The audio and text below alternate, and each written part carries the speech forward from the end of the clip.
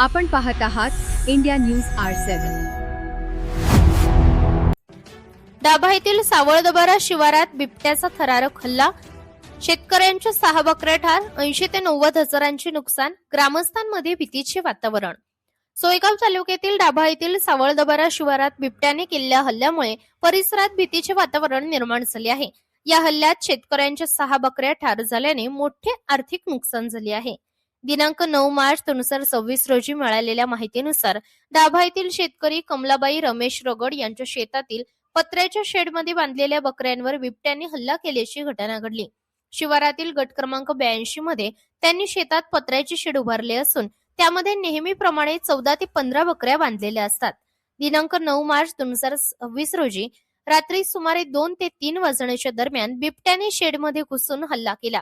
या हल्ल्यात 4 बकऱ्या आणि 2 बोकड अशा एकूण 6 जनावरांचा मृत्यू झाला।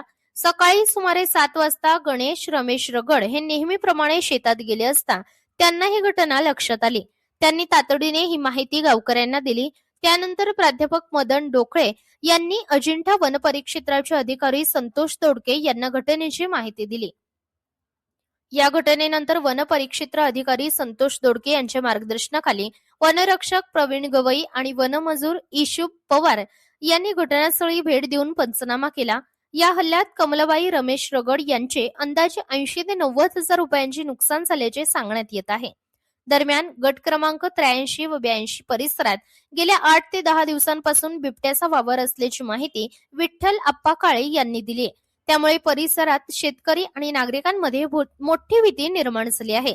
या घटनेनंतर प्राध्यापक मदन डोकळे यांनी संबंधित शेतकऱ्याला तातडीने नुकसान भरपाई देण्याची मागणी अजिंठा वनपरिक्षेत्राकडे केली आहे। तसेच वन विभागाने बिबट्याचा बंदोबस्त करून नागरिकांच्या सुरक्षेसाठी तातडीने उपाययोजना कराव्यात अशी मागणी ग्रामस्थांकडून करण्यात येते।